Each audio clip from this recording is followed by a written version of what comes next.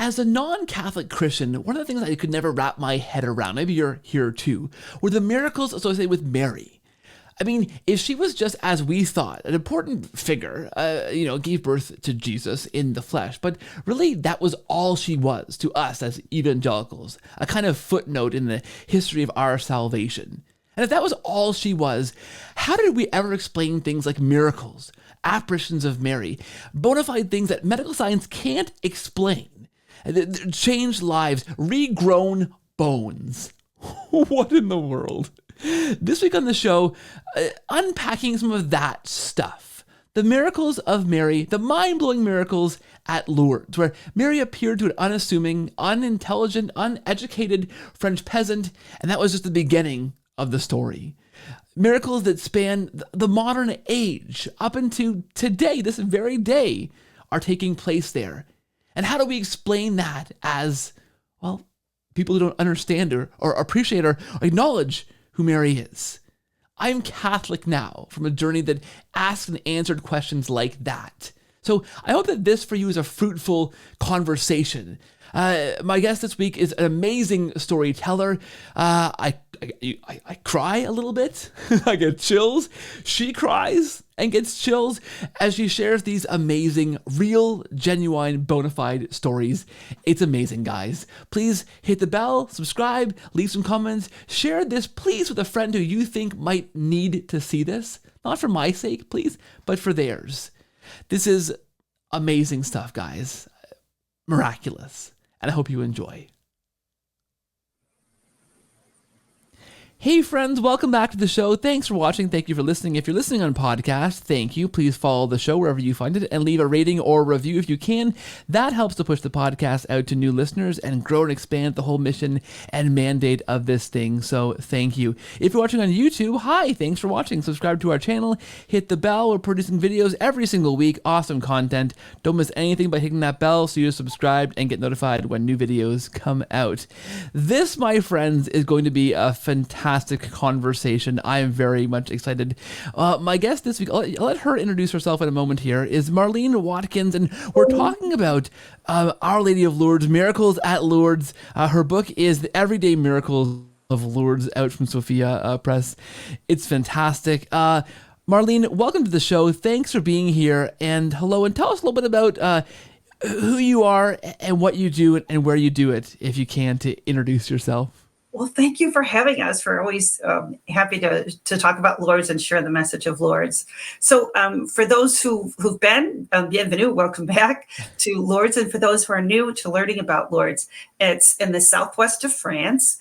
And it's in the Pyrenees Mountains, which is kind of the natural border between France and Spain. And in 1858, the Mother of God came down from heaven and appeared in this little cave in a little niche above it to a little girl named Bernadette Soubirous. And she was 14 and she was illiterate. She couldn't read and write. And she was really a lovely young girl, but from a very poor family that had fallen on hard times. And she was out trying to collect some firewood and in hopes that maybe she could gather enough to sell some and get some bread for her family to eat. She was there with her sister and a friend. They went further down, and then this brilliant light appears, and a beautiful lady is formed out of the light. And the lady has rosary beads. And so Bernadette and the lady make the beautiful sign of the cross together, which is calling on the Blessed Trinity, the three persons in one God. And then they pray the rosary together. And Bernadette notices that the beautiful lady, she can't hear her at all, but she said her fingers move on the beads, and she moves her lips to the prayers, but not the Hail Mary prayers. And so they pray the rosary together, and she's deeply moved. And from that time forward, she says she always prays the sign of the cross with all of her heart. And, for a lot of us, it's we pray the sign of the cross and it's like a blessing, but sometimes it becomes a good habit or habitual, but it really is a prayer unto itself. And Bernadette says, if we pray that prayer well, we can go to heaven, because if we think about it, we're calling on God the Father and God the Son and the Holy Spirit. And so they pray the rosary together. In fact, the first two times they meet, they have only silence. And it's only in the third time that she speaks in a really gracious voice. And you're the cordial Catholic, so she's very cordial and says, be so kind. Would you do me, would you like the favor to come here? for 15 days. And so they have 18 heavenly meetings altogether in 1858, and extraordinary things happen in these meetings, that miracles begin to happen right away. There's so much that goes on that in itself is a show all by itself and maybe more. And so throughout all of this, there's incredible things happening, and the bishop is paying attention. He then does a 4-year investigation, a really thorough investigation into these apparitions. Is Bernadette credible? She's the only one who could see the beautiful lady. What are these people who claim they've had a miracle? Did they really have something happen? Because a miracle is something that's not possible by us. Like only God can do it. And for a lot of us, if we look into the Gospels, we see the people who they come to believe in Jesus because he performs these miracles. Now he does it, of course, for the person that he's doing it, but more so that we can have faith and know that he is God. And so these miracles continue to happen so we can continue to know he's God. And for some of us who maybe we're kind of wondering, we don't know, it's sort of like St. Thomas the Apostle, he has to put his hand on and know and touch that really is Jesus. So if we're kind of wondering ourselves, don't feel bad. You just come and touch these miracles at Lourdes and you can be the next St. Thomas for today. So it's sort of like the gospel fast forward for us to have these miracles that continue. And Lourdes is unique because they have a medical bureau there with a physician who's on site, and anybody who claims that they've been cured. And it's really kind of wonderful the way he describes it. He said, most people go to the doctors when they're sick. He said, I'm a unique doctor because people only come to me when they're cured and to tell me about it. But his difficult job is that he has to prove the person was sick. Because now when they come to see him, they no longer they're healed. So they go through this very strict criteria called the Lambertini. And it's the same thing that we use when we hear about, they looking for the intercession of a miracle to pronounce someone as being a saint. So a publicly recognized holy person in heaven here on earth. And so he, uses this criteria as they have since 1858 in Lourdes, but they have in the church since I think it's Pope Benedict XV maybe is where that came from. But so it's really strict rules that they use. It has to be, a sudden and instantaneous cure. It has to be spontaneous and long lasting. It lasts forever. And it has to be something that couldn't have just happened by itself. So there's a strict set of rules. They follow all of them. And out of the over 7,000 people that have come forward to make a claim that they've been cured or healed, there's hundreds of thousands, probably millions who've had cures, but not everybody goes and makes the claim. But out of those who did, there's over 7,000 cases. And of that, the church has pronounced 70 as miracles, because the medical bureau doesn't make a pronouncement of a miracle. There's no miracle in the medical dictionary. That's a scientific diagnosis that they say, we see that this person had this disease or this ailment and they no longer do. So what they can say is, we just can't explain it. So it's an inexplicable cure. It's then a bishop who proclaims that it's a miracle, because miracle is a holy word. So it would the bishop that would say, this is from God. God has intervened. This is from him. He's the author of this. This is a miracle. And so, there's the 70 and some of the miracles are still living now. And if you go to Lourdes at certain times of the year, you can meet them or see them, and you can Google them on the internet and find them. And those are really extraordinary miracles. And many of them out of the 7,000 are also extraordinary, but for different reasons, they did not proceed forward to be proclaimed as a miracle. It doesn't mean that something miraculous didn't happen. It doesn't mean that something extraordinary didn't happen. It just means it did not go through the process and then have a bishop ultimately say that, because it's the bishop where the person comes from who makes that proclamation. And so we who go to Lourdes have the privilege to go. We're a witness to so many miraculous things that don't go to the medical bureau always, or don't make it through the process for different reasons, but they're no less profound. They're really extraordinary. And, they have to have a scientific evaluation of something that's physically measurable. So it has to be some kind of an organic disease that can be x-rayed, or it can be blood tested, or somehow it can have a scientific documentation. But, if someone finds a healing at Lourdes that can't be measured by science, it's really profound. In fact, I think they're the sweetest miracles, because the body, we're here, it's temporary for us. It's the soul that's forever. So, I mean, someone who discovers God, deepens their faith in God, or is healed of other kinds of wounds that are not physical, those are extraordinary, miraculous events. And that's what the book is about 20 different people, very different. I think you've read the book.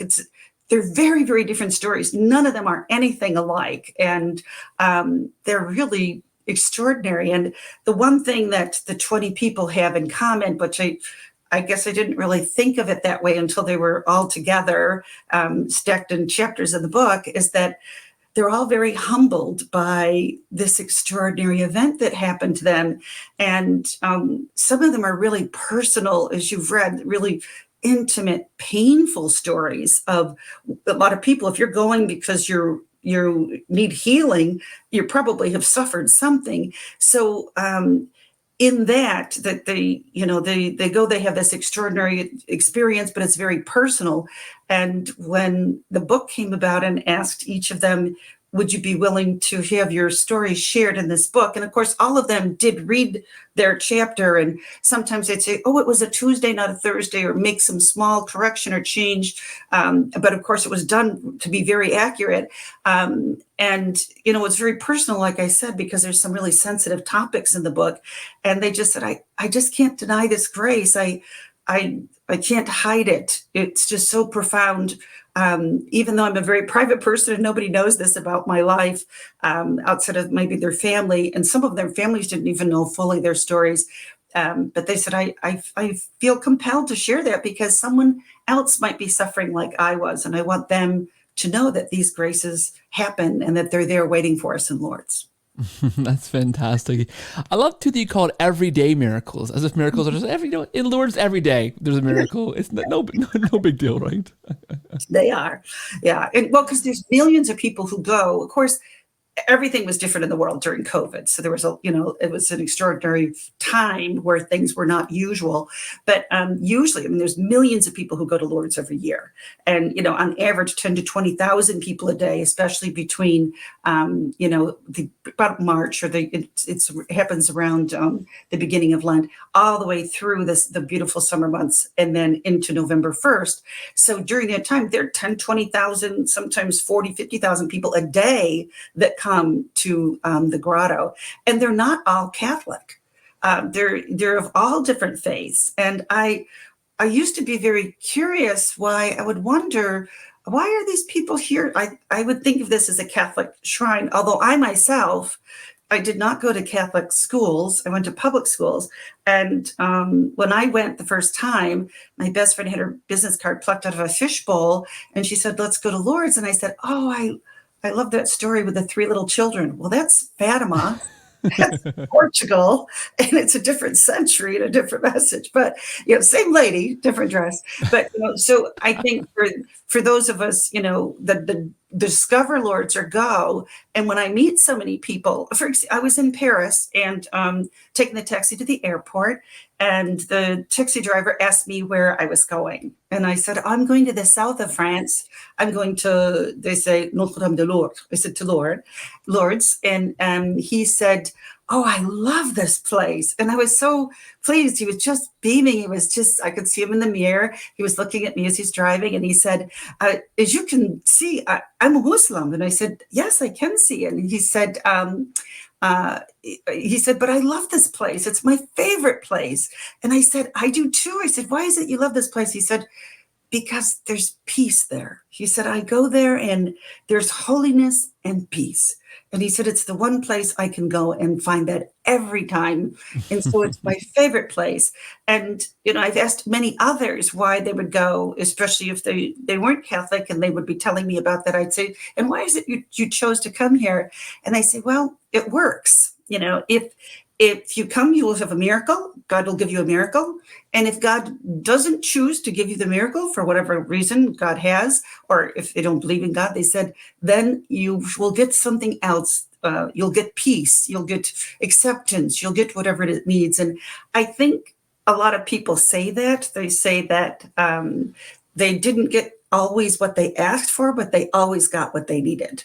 So I think it depends on the person and their situation. But It's just it's a unique place, and extraordinary things happen there every day. And I have to tell you, in the beginning, someone said, "Oh, you can't use that term, everyday miracles. Miracles approved by a bishop in the church, and it's very formal, and you can't use that expression."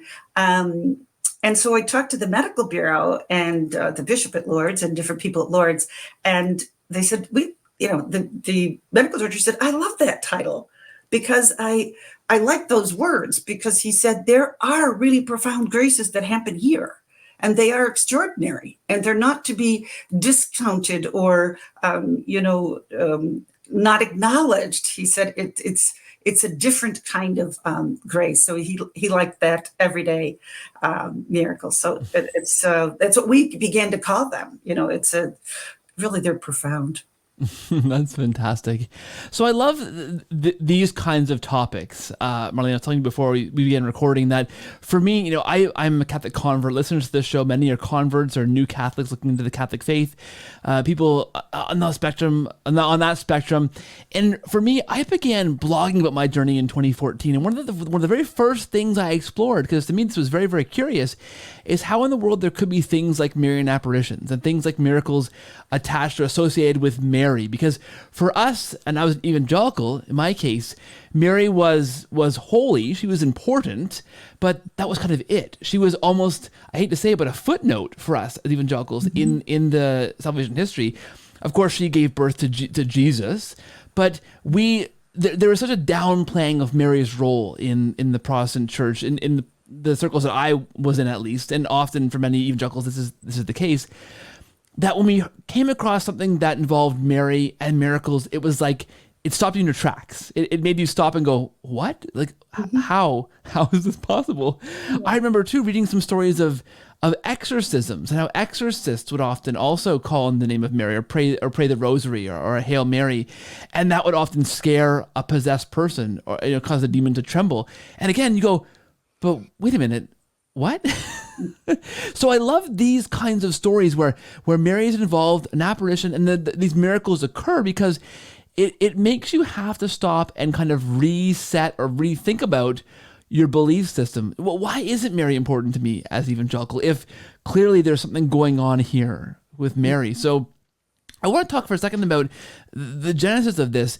Tell us about the status of kind of who Mary was, or how even the Catholic world viewed Mary at this time, because I know this is really important dogmas attached to Lourdes as well in this apparition. So what, like, I don't know, not that you can unpack Mary's thinking, Marlene, but why here, why now, why at Lourdes? Why did this happen this way in the first place, do you think?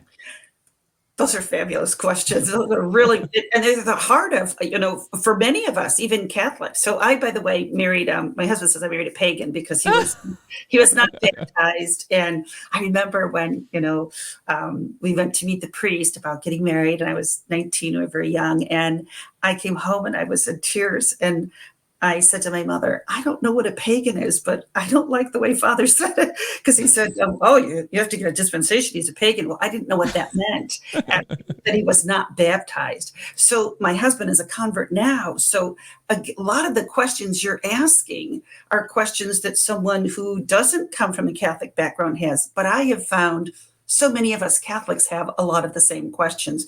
As we mature and grow older, and we begin to look and read and discover, or we're asked to defend our faith in conversations and encounters with people. So there's a chapter in the book, chapter 3, and it's this wonderful guy named Pancho. And he marries a Catholic, and he comes to Lourdes through a really extraordinary way that even happens. But he has the same questions. Like when he came into the church, I didn't realize this, but he said, you can come into the church and you can avoid Mary. You're not supposed to, but you can get away with it. He said, because there's so much richness in studying the Gospels and studying the history of the church. So you can kind of find a way to avoid her, so to speak. He said, but the one place you can't go and avoid her is Lourdes. She's just everywhere. But what he discovered is, he had prayed in earnest through a different series of events. Jesus, if she's really that important to you, and you think she should be important to me, then let me know. And that's how he winds up coming to Lourdes and volunteering. And then he gets there and he says, she's just everywhere. And every question that he had, which was really sincere, it was genuine questions. He really came to know, he said, he was very deeply touched when he said, the last words of our Lord is, behold your mother. And he said, I realized I have to be beholden to her, that she's so significant in his life. The first miracle, the miracle of Cana, the first miracle comes because she asks our Lord at the wedding at Cana.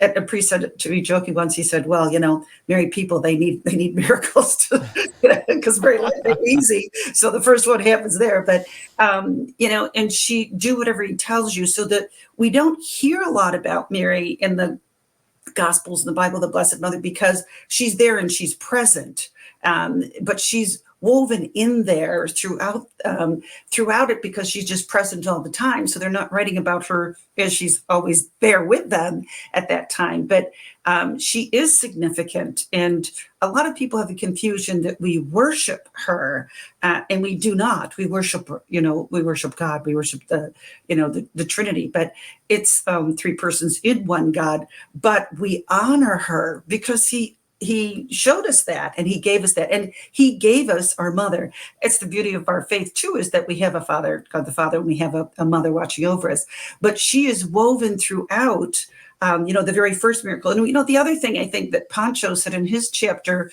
it's written in there about him, is that, he said he's, asking people to pray for him while we're there. And so please pray for me, because he fesses up right in the beginning. I don't have a devotion to her. I don't understand why you do. I go right to Jesus. I don't need her, but, I can see that you all love her. So that's nice, kind of thing. And he said, but if you will pray for me this week, I want to be the hands and feet of Christ and help the sick that are here. And of course, Our Lady's there the whole time with Jesus, especially in his suffering and his passion for us. So he's there that week, and he realizes that he's asking people to pray for him. They're asking him, will you pray for me, Pancho? Will you? And he said, I can see that there's this beautiful value in praying. And when you ask a saint to pray for you, it's a proven friend of God. That's what a saint really is. It's somebody who has proven their friendship, and they're publicly acknowledged by the church for that. And so it's, we say we have someone here who's a proven, effective intercessor. We know that she asked Jesus at the wedding at Cana, and he performs a miracle. So we know she's there. She's never losing. She's always right there, right through the foot of the cross. He asks us to be beholden to her. And if we ask her, she's pretty effective there. So we know that she can ask. She's not performing the miracles herself, of course, but she can ask, and she has that maternal protection for us. So I think for a lot of people coming to know her, and the dogma that you were referring to, I think is so significant. It's something, a dogma is something that Catholics must believe. So it's something we have to believe as our faith. And there are the Marian dogmas. They were something always known. You know how that is. We go through the period of enlightenment and we start to question things the church has already known. We start to investigate them and look, and science and different technology develops, and we begin to look at things in different ways. And one of the examples about that is the miracles. There are some miracles that are there, for example, for tuberculosis. They were cured before there was a cure. Now, today, there is a cure for tuberculosis. So that doesn't invalidate that miracle. Back then, there was no cure for it, but there is now. So someone who gets treatment for tuberculosis wouldn't qualify, of course, today. So as the technology changes, and there are different things that happen throughout time, there can be things we come to ask questions about or know. And one of them was the dogma of the Immaculate Conception. So for all of us here who are Americans, the bishops here in the United States appealed to Rome for this dogma before it was a dogma. So what does that mean? And by the way, there was a poll of Catholics coming out of church. They did some kind of a Pew Research poll several years back, and they asked people, what was the Immaculate Conception? And 9 out of 10 Catholics in most places thought it was the Incarnation. They thought it was Jesus incarnate in Mary, but it's the Immaculate Conception is Mary immaculately, purely conceived in the womb of her mother, St. Anne. And so that means she's perfectly pure vessel to give birth to the Christ. So she is this, she's favored. It is an extraordinary favor, the only one in all the history of humankind. She's favored to be she has like an inoculation of grace, if we think of that. Like she's preserved through her son from the moment of her conception. She is stainless. She is without sin. So that's an extraordinary and profound dogma of the Catholic Church. And when the beautiful lady appears to Bernadette, she never calls her the Blessed Mother or Mary, or she never gives her any name. She calls her Akiro, and that means in Bernadette's little dialect, that one. It's like you'd say that thing, that one, Akiro. So she never gives her a name. And of course, the pastor is wise. He wants to know at one apparition where she asks Bernadette, go tell the lady, or she says, go tell the priests, I'm sorry, the beautiful lady says to Bernadette, to go tell the priest to build a chapel here and have people come in procession. So by the way, procession and pilgrimage are the same word, and that's why we go to Lourdes, because she asked us to do that. And when Bernadette runs to tell this to the priest, he's stunned. And he says, well, who is this lady that wants that? Who gets to ask that? And notice Our Lady says priests with an S. That means the church, go and ask the church. And on the 25th of March, which is the day that we celebrate the Annunciation, that's the angel Gabriel speaking to Our Lady and telling her that, of course, it's a beautiful prayer of the Hail Mary, full of grace, which Pancho, by the way, discovers that the Hail Mary prayer is not something Catholics invented. It comes out of the book of Luke. So it's on that feast day, Bernadette feels a pull to go to the grotto, and she runs there. The beautiful lady is waiting, illuminated, and Bernadette asks her name 3 times and then once more, because the priest wanted to know, who is this? And she says she bowed her head, and then she looked up to heaven, raised her hands, and said, I am the Immaculate Conception, to Bernadette. So Bernadette had never heard this dogma, this name before. And so she repeats it over and over and over again. She leaves her blessed candle from the church burning there in Thanksgiving, which is why we had candles there, because she's listening and waiting for our prayers, and we're waiting for the answer. And she runs all the way to where the priest is, and she bursts through the garden gate, and the very imposing, tall, it's unusual to have such a tall Frenchman in the south of France, is standing there, and she blurts out, I am the Immaculate Conception. And he's stunned. And he says, what are you saying? She says, I am the Immaculate Conception. That's her name. And he's so stunned. And he said, how do you know? And I just picture Bernadette. She's just this, pretty simple mountain girl, pretty gutsy. And, she's got a sense of humor, but she's pretty practical. And I can just imagine she'd probably put her hand on her hip, but she just says, because I repeated it over and over again, so I wouldn't forget how to say it to you. Because all the way there, she kept on saying it because she'd never heard it before, and she was afraid she would forget how to pronounce it or say it to him. He is so stunned that she's saying this dogma to him that he throws her out. He said, get out, and he slams the door. And they ask later, why did you do that? And he said, because I didn't want to cry in front of a little girl, because he was sobbing. He realizes that's the Mother of God talking to this little girl in the grotto, because there's only one person who has this title, this dogma, which is that Mary is conceived, immaculate conception without sin. And this is something we must believe. And the church had affirmed that in 1854, and this dogma. And he knew Bernadette couldn't read and write French, let alone Latin. She didn't speak French. She spoke the local dialect of her valley. So he just knew it had to be from Our Lady's lips to Bernadette's ears. And it was just so profound that she came and said that. And that was an affirmation to the Holy Father and to the church that this dogma being proclaimed, that it was a blessing. And then, of course, miracles are happening. So the miracles are happening, just before that. So it's affirmed that that's that's who's talking to Bernadette, and that's who that is, and that's who's interceding for these miracles.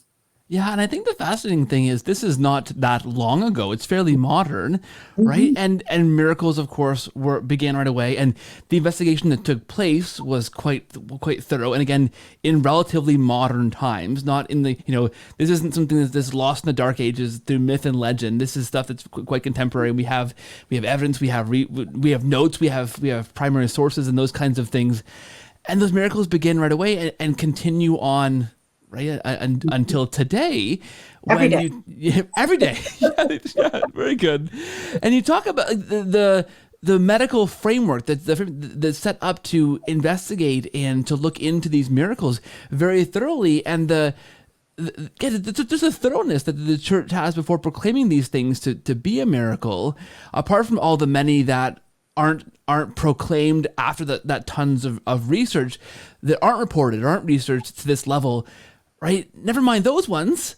You have a ton of ones that are super verified, right? Like really, really scrutinized and investigated, right? They are. And of course, we have the technology today. So miracle number 63, for example, we speak a lot about him because we know him personally. His name is Vittorio Micheli. He comes from Italy, and we have his x-rays. He gave us his x-rays. So we have them. And it was in 1963, so not that long ago. I'm obviously much older than you are, but in my lifetime, he was in the military. He had difficulty putting pressure on his leg. He started walking with a limp. They told him to be tough, and he was, but after a while, he just couldn't stand on his leg. They put him through an x-ray, and there was this horrible sarcoma, and it actually, ultimately, that cancer ate through the bone, disconnected his leg from his hip. And if you look at this x-ray, and it's out online, you can see it, or we share virtual pilgrimage experiences where you can see that documentation, and you look at it. And even if you're not a radiologist said that to me, you don't have to be a radiologist to see what you're looking at here. This is disconnected. There's, this mass that's there, this cloud of a tumor. And so he goes to Lourdes on a stretcher, and he told me that he was so near dying that they were afraid he would die before he got to Lourdes from Italy, or that he'd die on the way home. And so they took him from the train station immediately down to the water of the grotto. It's the spring where Our Lady tells Bernadette to dig in the ground. Well, she doesn't really tell her to dig her. She said to drink of the spring. So Bernadette has to dig to get that. And so the water still bubbles 35,000 gallons a day since then. And it was before that undetected, this little spring of water, natural spring water in the cave itself, the grotto, and that we call the grotto. So they take him on a stretcher, and he's got a body cast on to try to stabilize him. And they lower him into the water, and he says, I knew right away something happened to me. I knew it. He said it just, it rushed through him, and he felt it. He said, I never took any morphine ever again. And what's extraordinary about him is it's 1963, but he never had any chemotherapy, and he never had any radiation, because his cancer was so aggressive. This carcinoma was so aggressive that it wouldn't have been effective for him at all to have any treatment. So they just gave him morphine for the pain, palliative care. And that's what makes him so extraordinary. They've got the x-ray where the bones are eaten through and destroyed, and his leg is disconnected from his hip. And then he goes to Lourdes, he comes back, and nobody believes him. He said everybody's still taking care of him in palliative care, meaning comfort care, as if he'll die, but he doesn't take the morphine. He never takes any again. And he said in the middle of the night, he was tiptoeing down the hallway in the hospital on his body cast. He's tiptoeing down the hallway, and a doctor is stunned to see him because he sneaks out of his bed at night, and he's still bedbound because they're telling him he's dying. But he said, I know. So he's tiptoeing down the hall, and the doctor says, you can't stand up. He said, I am standing up.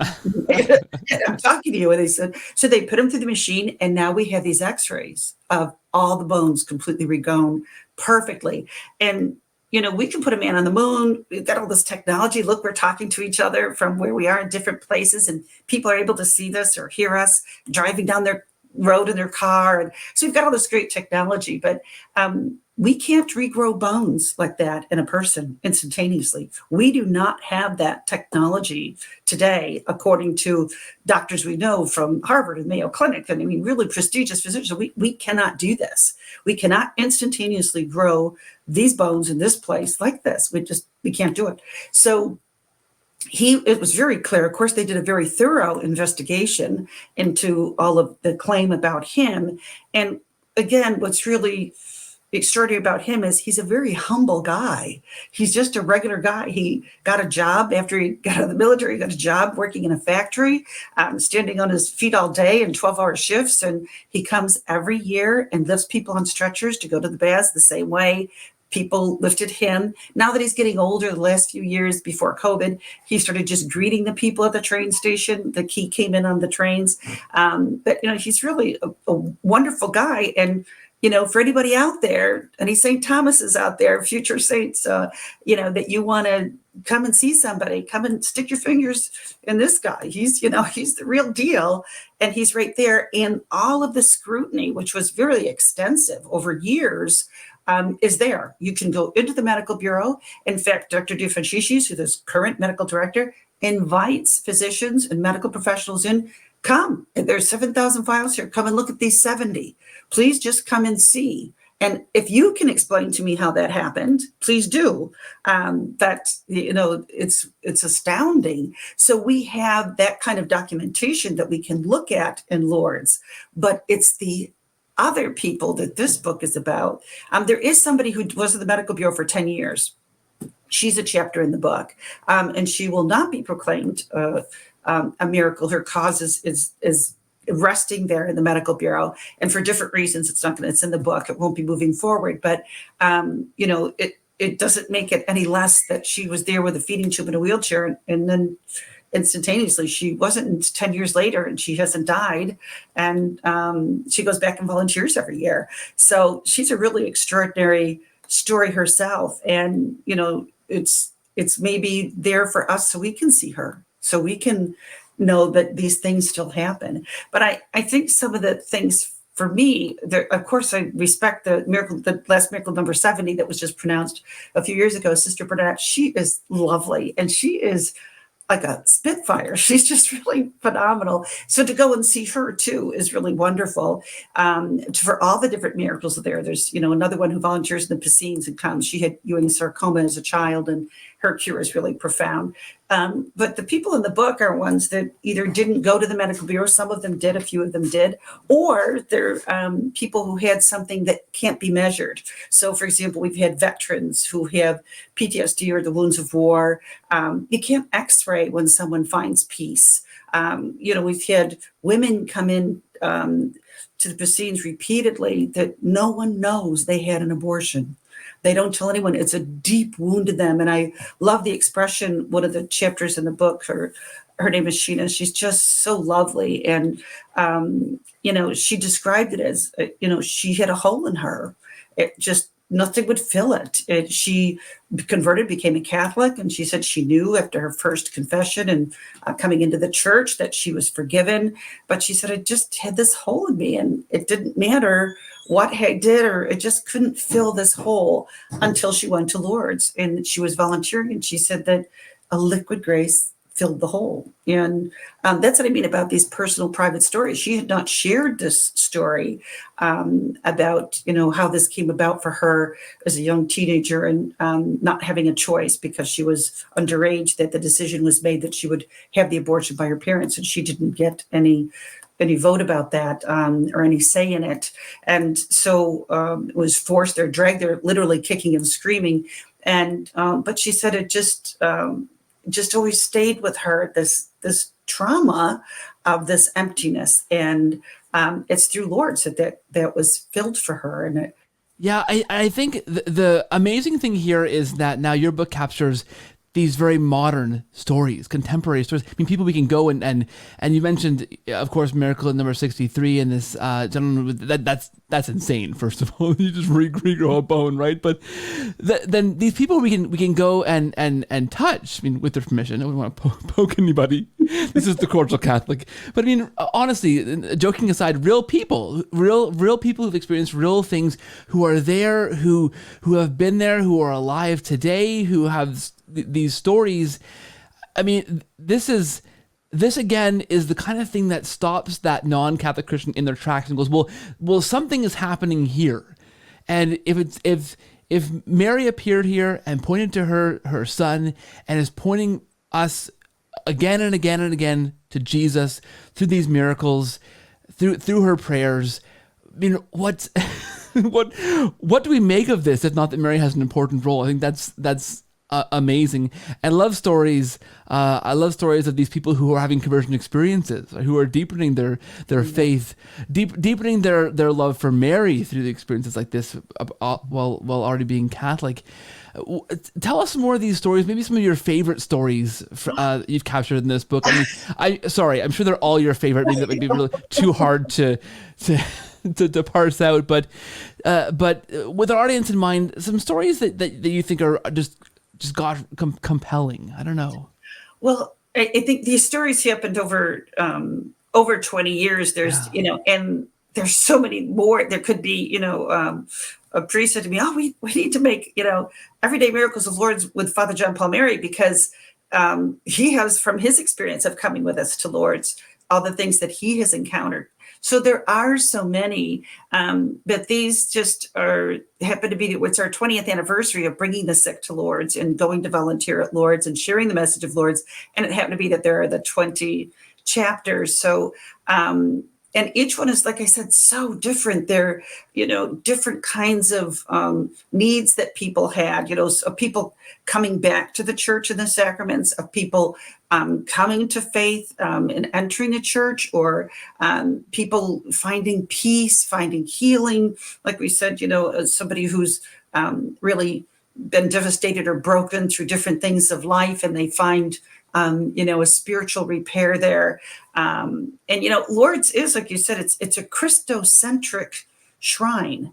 When you enter inside the beautiful vista, when you see it, you come in, there's not a statue of Mary up front. It's Jesus Christ on the cross. So it really is to Jesus through Mary. And, sometimes too, there are people that I have different wounds of life, maybe from their childhood or different experiences. And sometimes it can be overwhelming to know, and the sinfulness of our own lives, or, we can just, it's hard to gaze upon the sacrifice that was made for us on the cross. But some of us, under the gaze of our mother, we can find that solace, and then she brings us where we need to be. But there's a chapter in the book, that was about a man in Hurricane Katrina and the extraordinary miracle that he calls out, which I really think, when you're screaming into the wind and you're pretty sure you're going to die, and the dead bodies flowing by him, several of them, and he shouts out into the storm, "Help me," to Bernadette, and she does help him. So I think that was just really extraordinary. And I still have chills just thinking about it. And I wasn't there, but, as I was writing his story, I had lost contact with him, because with Katrina, everything was lost. There were no phones. There were, there's no internet. And when I did finally find him after I wrote a chapter of the book, and I was just so happy to see him, because he's such a wonderful man, and was just so happy to reconnect with him.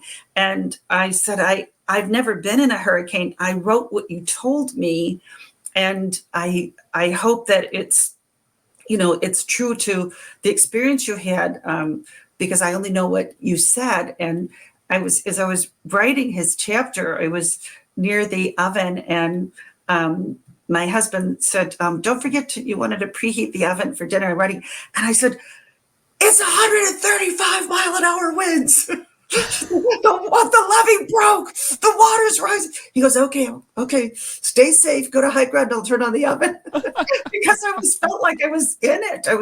And so I knew what this man told me was true and genuine. Of how Bernadette came and helped him to get out of, when the levee broke and the water was just overwhelming.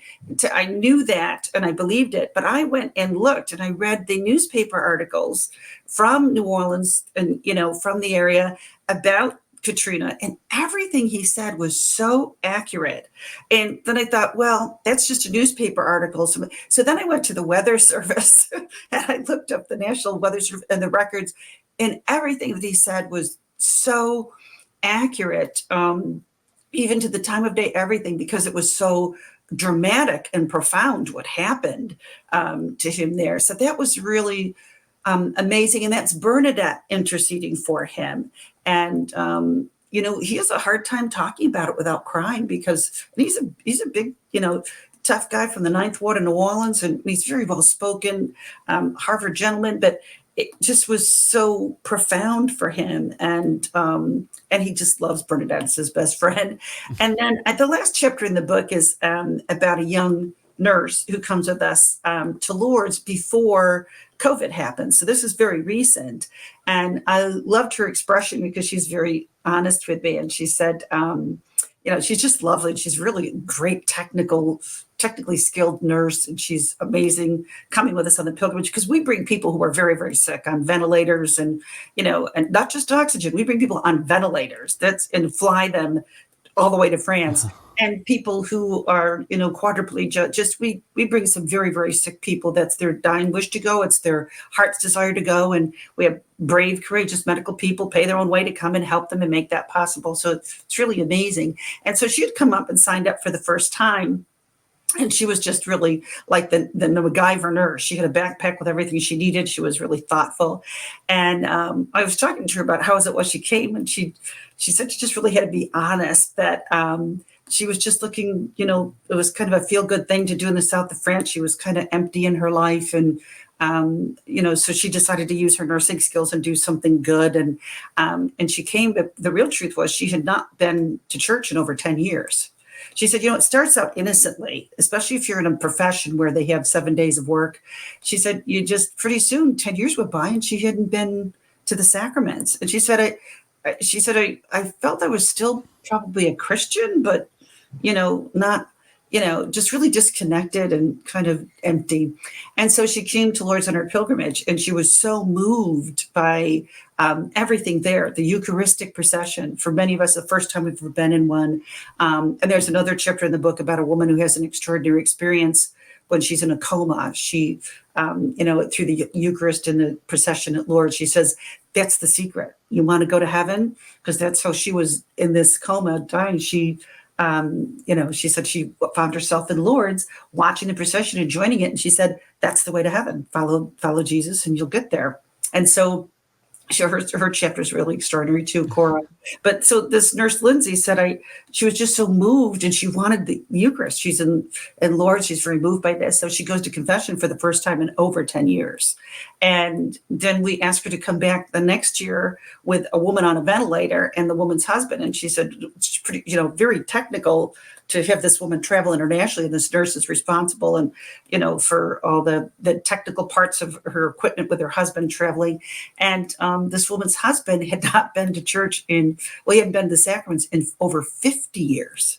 So she said, that was me last year. She said, but I was only 10 years. She said, it's hard. It's hard to get back after all of those years. And so she was able to help him because she understood that. She said, you're just 5 times longer than you're just me 4 years from now. I didn't come here. So he does return to the sacraments. And the woman on the ventilator said, that's what I really wanted. She's on a ventilator. She's very ill. And she said, I just want my husband to be in the sacraments. If anything happens to me, as it's expected to, I just want to know that he's in the grace of the church and that he has peace and that faith to get him through. And so that was the answer to her prayer, although the nurse didn't know that. But now she said she comes back and she said, I'm like one of those evangelicals. She said, I tell everybody, you got to go back to church.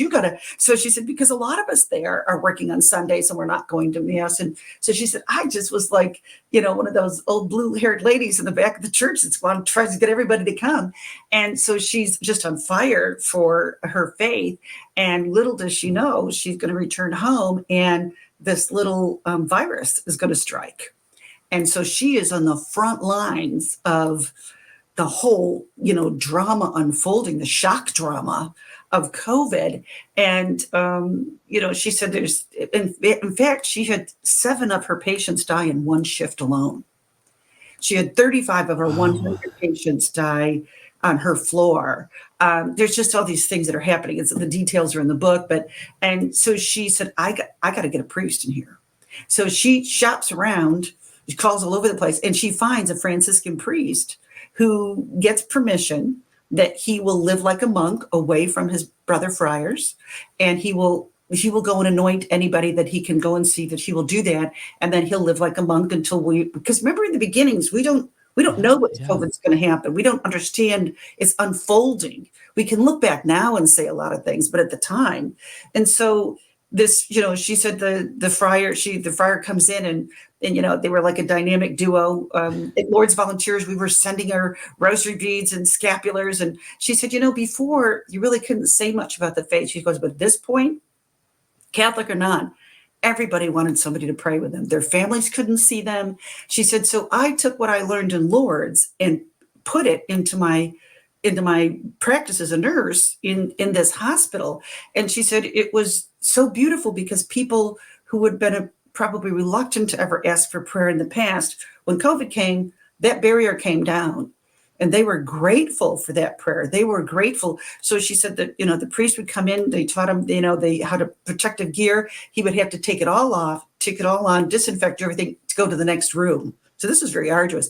And, so it was just wonderful. And then she winds up with COVID herself, very, very sick. And she said that's when Bernadette comes in, because Bernadette, when she was so sickly in the convent, they have like a little, like a sheet draped over for the privacy of each one of the sisters in the infirmary back in the 19th century. And she said that little white chapel became, that became for her, her own little chapel of her suffering that she was offering.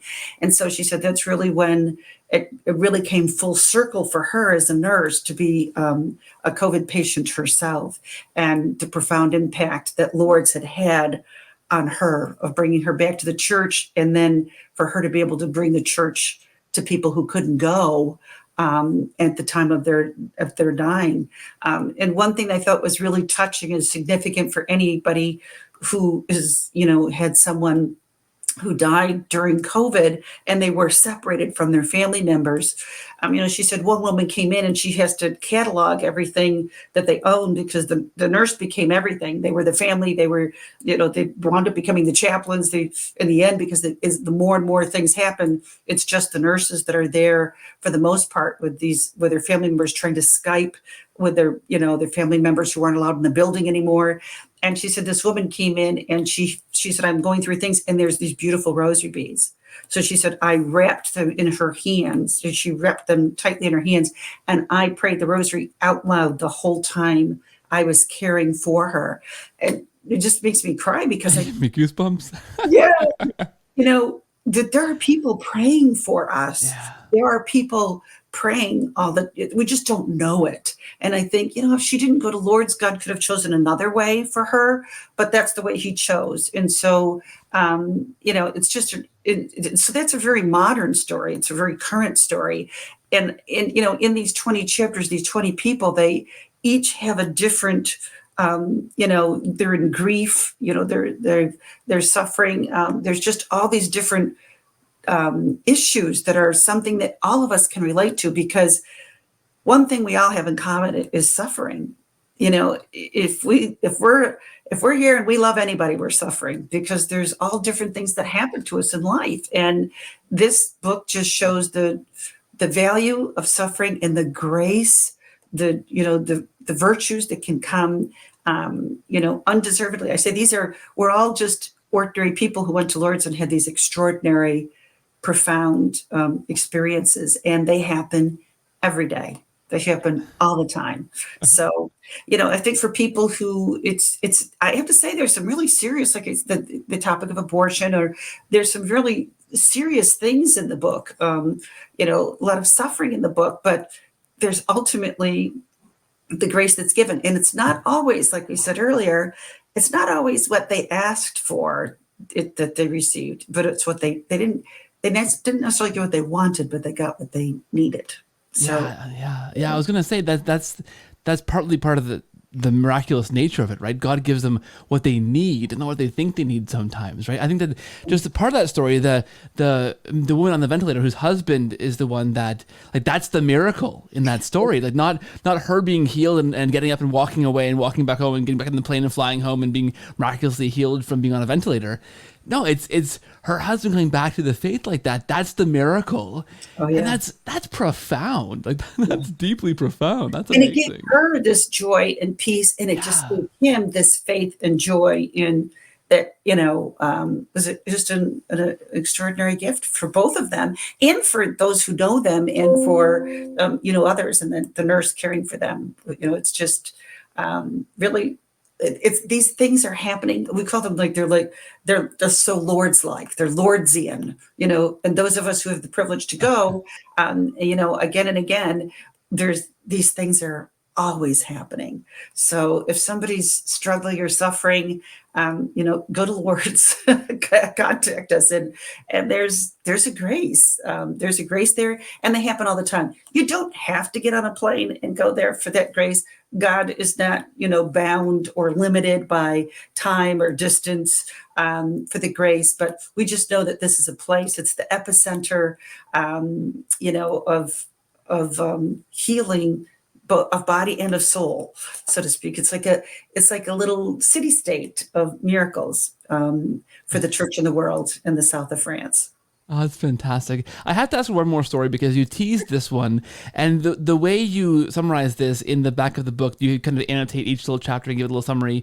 You write, an unsuspecting gardener, unknowingly allergic to bees, is stung in the throat and lands in a coma. Like that's fantastic teaser for the chapter. This is a great story. I think maybe if you want to unpack it a little bit for us, because it's like that teaser line alone is worth the price of the admission to the story, but it's a fantastic story. What And happens there? she's just a lovely woman also, Cora, and very sweet and soft spoken. And what's really unique in her story, I think, is that it happens to be that morning she goes to the gym to work out and to exercise, and the woman next to her is kind of rolling her eyes at her because she says, "What are you, crazy to fly all the way to France just to volunteer? You can volunteer down the street." She's kind of dismissive of her, and she says, "Aren't you afraid to fly there?" And this. And after September 11th, there were a lot of people who chose not to fly again, or it took years before they were flying. Just like COVID, now there'll be people who maybe won't change back to the travel they used to do, or it take them a long time before they do. And so she was, kind of critical of her flying just to be a volunteer over there, but it takes all these volunteers coming to welcome the sick to make the sanctuary possible. So she says, "Well, I'm ready to go." And she said, "I'm not afraid. And, if God wants to take me, I'm ready. I'll go right now, really." And she happens to say that morning, right then and there, a few hours before she's stung by the bee. So she says this kind of predictive statement: "No, I'm ready. God can take me. I'm ready to go." And her friend kind of rolls her eyes. They walk out and they say to each other, "Oh, see you tomorrow," because they think they will. We all think that we have another tomorrow, but we don't all. Many people don't have a tomorrow unknowingly, and she was one of them. So she goes home and she's pruning the roses in her front yard. She has the timing just right so that she can then go in and go to mass. She goes to mass every day in the middle at noontime. And she said that she didn't really make the connection that she was stung by the bee. She said she'd been stung once before in her life, and she, could have swelled, but she didn't think anything of it. And she really didn't realize this. So she said that she really felt very woozy, and she didn't know why. Something was really, really wrong, but she didn't know what it was. And so she went into the house, and there was something on the television, so she knew what time it was. And she just all of a sudden winds up on the floor, and she has her rosary beads, and she realizes that she's dying, that she's having difficulty breathing, and right away she remembers what she said. And she said to the Blessed Mother, "Oh, I'm sorry, I'm really not ready." She said, "I thought I was, but I'm not, because my son's deployed and I have to be here when he gets home." And she said, "Besides, I promised that I would go and volunteer for you. So please help me, help me." And so she's praying the rosary to the Mother of God, saying, "Please help me, ask your son for me." And usually when you pray the rosary, you're meditating on the moments in the life of Christ. And so it's a meditative prayer. And then we use the words out of the book of Luke, hail full of grace, the Lord is with you. So you're asking for this intercession. And it takes usually about 15 minutes, 20 minutes. Some people pray it faster in 10 minutes. Some people take a half an hour and read meditative scripture with it. But, for her, this rosary took hours. And this is something that's really profound at the end, because when the ambulance comes, she's blue and she's non-responsive, and she's in a coma. They find the bee sting on her neck and realize what happened, and they bring her to the hospital. She's in a coma and she's in the ICU. And she said, in that experience, she said, all of a sudden she was in France. She doesn't realize she's back in a hospital bed in California. And she said, and I'm up above watching beneath me, everybody following the Holy Eucharist and the Eucharistic procession. And she said, it was so wonderful because it's often very crowded and, you're all kind of, and she said, but I had the best view. It was so wonderful. And she's so excited because she realizes this is how we get to heaven. This is what she's doing. She said, and she's so excited, but she's really in a coma back in California, and her body is. And so she snaps back to her body, and she wakes up. Friends of hers had brought Lourdes water into the critical care unit. And she tries to call and tell us, this is why we go to Lourdes, because we're learning how to get to heaven. And, she describes all of this thing about the Eucharistic procession, about the Holy Eucharist, and about serving in Lourdes. And she does go back into a coma, but then she finally does wake up and recover. And the doctor says to her, there's no way that you were stung at 11:45 a.m. and didn't get here to this hospital until 4:30. It's impossible. You could never live that long. You're so deathly allergic to bees. And she said it was as if praying this rosary that took her 4.5, 5 hours to pray. She said it was as if time was suspended during this prayer. And while she was praying, she got to go to the Eucharistic procession while the whole time she's praying, and this profound experience happened. So the doctor says, you're just absolutely, this couldn't have happened. And she said, I'm telling you, I know what time it was because of what was on television. And I had planned to go in at that time. So she said they can't really explain it. And she did things like, she called the hospital and said, what did they do? What drugs did they give me when I came into the hospital and I was in the coma? I said, you don't need to have that detail.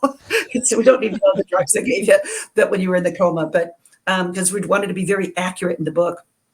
So it was really, that's just extraordinary. That can't go to the medical bureau. I mean, they can't really, they say, because she was stung by a bee and she was in a coma and she lived, but, it's probably not something the medical bureau would follow through, because they could say it's the drugs that they gave her that saved her. And they say it couldn't have been 11:45 a.m. when you were stung, but she knows what time it was.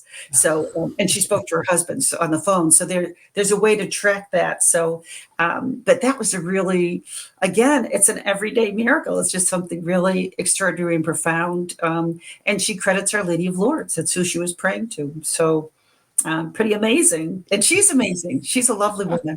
And again, she's very quiet. She wouldn't, like Sheena and even Pancho, they're not people that would go out there and, sing their song and to a bunch of people out there in public.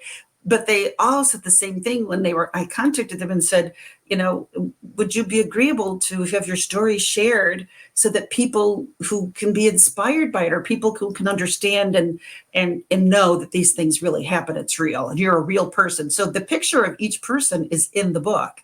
So their story is there and their picture's there. And then each one of them signed and said, this is accurate. This is what really happened. So pretty amazing. That's amazing. Does she think she was actually there, do you think? Or just see? Because either way, that's amazing. I think that's incredible. It's a really good question. But she had someone who would come every year to volunteer. So she knew Lourdes well. Yeah. And she said at the time she didn't think, why am I up here looking at the top of people's heads? Yeah. She was just so excited to have such a good view and to be able to really be a part of it.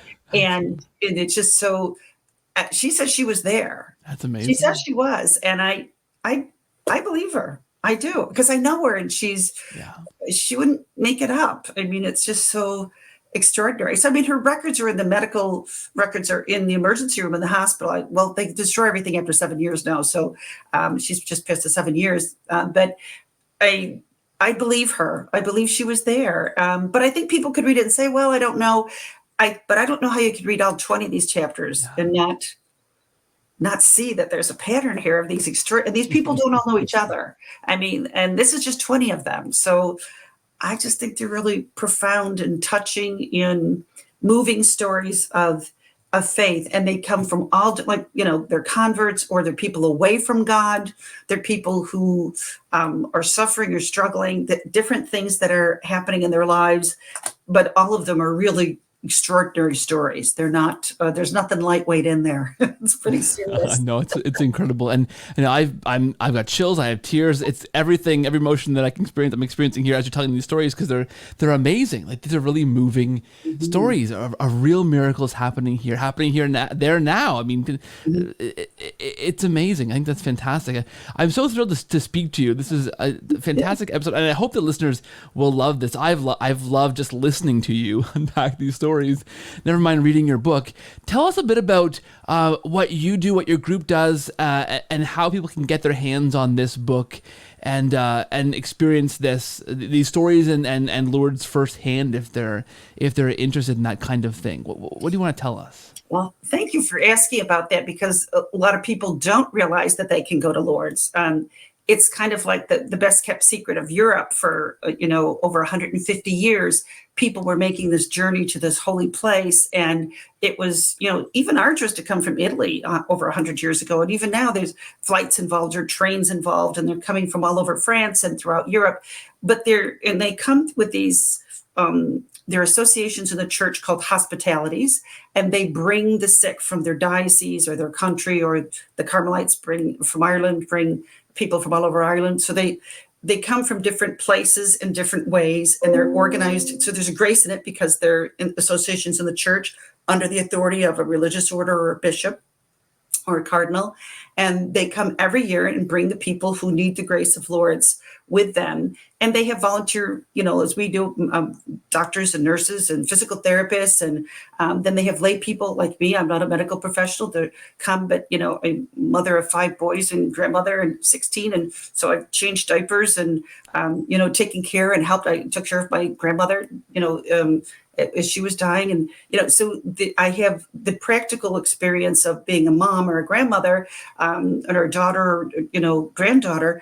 And so we're just lay people who come with the medical professionals, and we come together as volunteers and make it possible for the sick to come from the United States, because it's really difficult. And we come several times a year.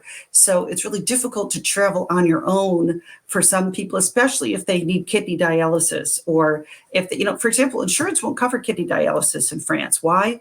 Because they said nobody can go to France who's on kidney dialysis, which of course they do, because we bring them and we know it. But they just can't believe that that's really going to happen. So we make it possible. So we need volunteers who are lay people who are willing to come and help.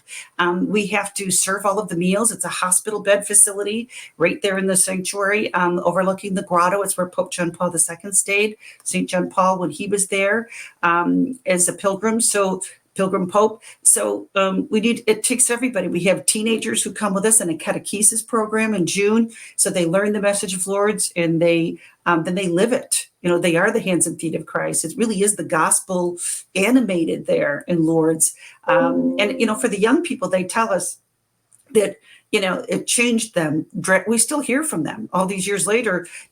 From 20 years ago, we're still hearing from teenagers who said, it changed the course of my life. I became a doctor, I became a nurse, or I entered the military because I wanted to serve, or, so we have a program for young people. We have volunteers who are lay people. We have medical volunteers who come, and we're always looking for people who are willing to lead and help to lead these groups. So we're nonprofit. We're a 501c3 here in the US and a 1901 in France. So we're there in this mission. So we share the message of Lourdes, because you got to know there is a Lourdes before you go there. So we share the message of Lourdes, bringing the message to people through a virtual pilgrimage experience, which was wonderful to have that blessing and a gift during COVID.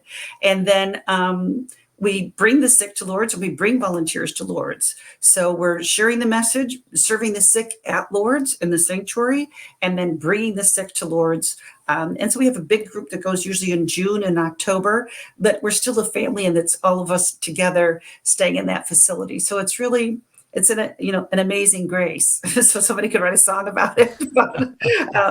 And it's, and our charism is, the graciousness of Our Lady and humility of Bernadette. We're there, and our charism is family expressed in love. But the love is really the center of our charism. So it's a beautiful, extraordinary experience. It is a tax deduction.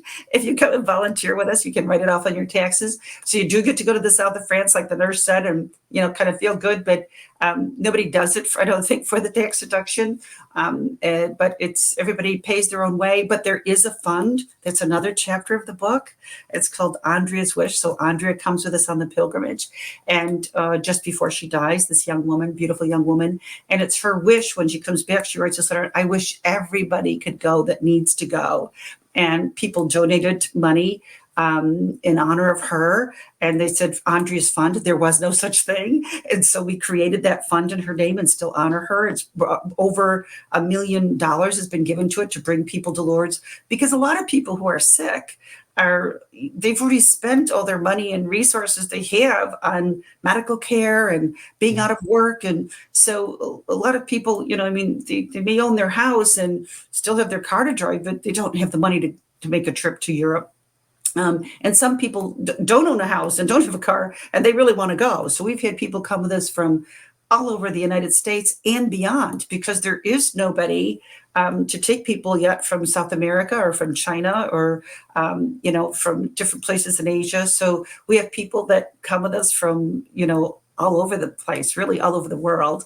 And it's just such a life-changing week. I don't know a good way to describe that. It's just it's heaven on earth. And that's what they say, that, Our Lady came down from heaven, and it's where heaven touches earth, is Lourdes. So, and there's a lot more to the apparitions, of prayer and of penance, pray for sinners. That's what Our Lady asks Bernadette. So there's really the fullness of our faith. And I have to say too, there's no judgment. People come with us that are really broken and bruised, and that's our privilege to be with them and for us to be together. So we've had people come with us. So everybody thinks it's impossible. Their doctors think it's impossible, but with God, all things are possible, and we're the proof of that. The everyday miracles and the everyday miracle of bringing people all the way to France that don't think it's possible, and they get there and nobody leaves empty-handed. It's a great, you can't go that far and see the Mother of God and not be blessed by that. The book is Everyday Miracles at Lourdes. Where can people go to find? Is there a one-stop shop to find information on what you guys are doing and to find the book and those kinds of things? Where can you to point people towards? So, thanks for asking. So we have a website, and we go to Lourdes, of course, and we are volunteers. So Lourdes Volunteers, so www.lourdesvolunteers.org. And if you go there on our little homepage, there's a little book up there at the top row. It looks like a little book with the pages. You just click on that. It brings you to the link that sends you to Sophia Institute Press, EWTN Publishing, is who published the book in English. And then if you're in the United States, you order from them. If you want 10 books or more, you can contact us. We have a little link there. Contact us in the office, and we'll work with you to get you a discount on those books. Because we have a parish that wants to use it now as a study for Lent this year to go over the different chapters. And hopefully they'll meet some of the people from the book that be willing to travel to their parish.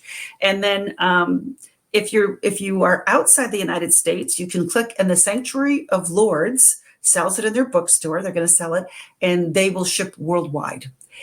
If you speak French, the book is available in French in Lourdes through a French publisher. And this year, God willing, we will add Spanish, Italian, Mandarin, Chinese, and German. And then I think there's the possibility of a few other languages, and those will be out this year. And again, those will always be available through this bookstore in Lourdes and online worldwide. You can order from them. That's fantastic. And I'll put links in the show notes for this show where people can find those different things. Marlene, this has been an absolute pleasure to talk to you. I've enjoyed your stories. This topic is just fascinating and fabulous. You're a great storyteller, so thank you so much for being here. I want to say God bless you and the work you are doing for the church. It's phenomenal. So thank you, and thanks for being here on the show this week. Thank you. Thank you so much to have us and to share all these wonderful things that are happening around us and amidst us, and maybe aren't aware, and you bring them to people. So thank you for that. Well, thank you very much.